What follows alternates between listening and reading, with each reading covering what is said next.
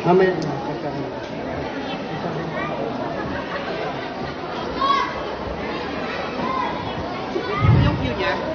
Okay, good evening everyone. No more words to speak out, no more explanations to come short. Because only brought the judges will only identify what is a true talent is.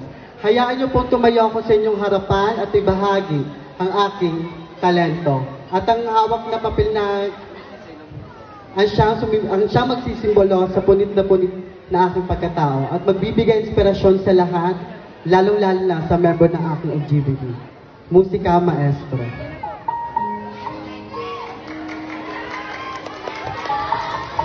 Bakla, bakla, paano ka ginawa? Bakla, bakla, saan ka nagmula? Naalala ko pa lang nung bata pa ako, kahit maiksi ang buhok, kahit panlalaki ang suot, ramdam ko dito na babae yung puso ko. Kung kaya't naman, sa tuwing ako'y lalabas ng bahay, ang galing maglaro ng Chinese garter, ang galing sa piko. Minsan umalis ang aking ina, at dali-dali ako pumasok sa kanyang silid at nakita ang nakasampay na bestida, sabay na pagsusukat at pagsasayaw-sayaw ko sa harap ng salamin. At nang dumating ang aking ama, tila hindi ko alam ang aking mararamdaman.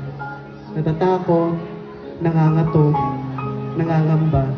Sabay ng pagkuha ng tubo ng kahit kinakalawang. Tama naman na po itay, hindi na po ako pasaway. Hindi ko na ho isusuot ang lumang sayo ni inay.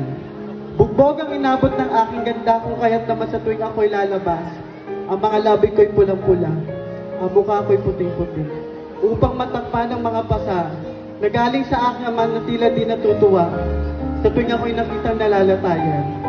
Sa paglipas nga po ng panahon, hindi ko na malayan na imbis na tumigas ay tila lalong lumambot ang puso kong mapagmahal. Ngayon, ako po ay dalaga na pero bugbog pa rin ang aking ganda. Kung kaya't naman, isang araw may nakita ko isang lalaki at ganito ang kanyang mga sinabi.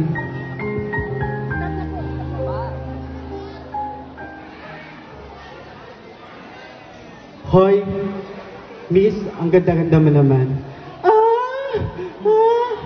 Hoy, miss, ang sexy-sexy mo naman. Hoy, miss, ang kinis-kinis mo naman. Ay, bakla pala. Booking na to. Bakla? Bakit? Nakalagay po ba sa birth certificate namin bakla? Sex, bakla. Age, bakla. So bakit kailangan tawagin ng mga bakla ang mga bakla? Eh may mga pangalan naman po kami. Hindi po ba mas bakla ang mga lalaki na nanakit na kanilang mga babae? Hindi po ba mas bakla ang mga lalaki na naloloko na kanilang mga girlfriend? Hindi po ba mas bakla ang mga ama na hindi kayang tugunan ng kanilang mga obligasyon na kanilang pamilya? At ang sunod na po sinabi sa akin, hoy, bakla, ang laki-laki ng muscle mo, para kang baklang bato-bato. Baklang bato-bato? May bato po ba sa katawan ko? Mukha po ba akong monumento? But you know what? Di ba lang tawagin niyo akong baklang bato-bato? Kaysa naman ho kay kuya na gumagamit na pinagbabawal na bato. Hindi ba sabi sa kasabihan, kapag ang araw lumubog na, gabi na. Pero kapag ang mukha mo lumubog na, kuya, shabu pa. At ang sunod niya sinabi sa akin, hoy, bakla, ang kapal na mukha mo, isa ka namang manananggal ng lakas. Manananggal ng lakas? Isang tanong, isang sagot, boys. Ano ba namang inihigop namin na lakas sa inyo para tawagin nyo kami baklang manananggal ng lakas? Ano kayo, mga charger, na kapag ipinasok sa mga pet namin, is magkaka-energy kami? Baklang bato-bato, baklang manananggal. But you know what? Ito po yung pinakamasakit na sinabi niya sa akin. Hoy, bakla, feeling mo ang arte-arte mo naman, isa ka namang babaeng may lawit. Babaeng may lawit? Meron po ba nun? Ikaw ate, meron ka po, babae ka, may lawit ka po ba? Do you know what? Di ba lang tawagin niyo akong babae may lawit? Kaysa naman ho, kay kuya, na super, duper, diit, na lawit. Hindi po ba? Punit-punit na po ang aking damdamin, durug-durug na po ang aking puso. Pero isang sagot dito sa barangay na ito, naniniwala po ba kayo na kahit kaming bakla ay anak din ho ng Diyos? Naniniwala rin ho ba kayo na kahit tinatawag kaming salot sa lipunan, ay parte pa rin ho kami dito sa mundo?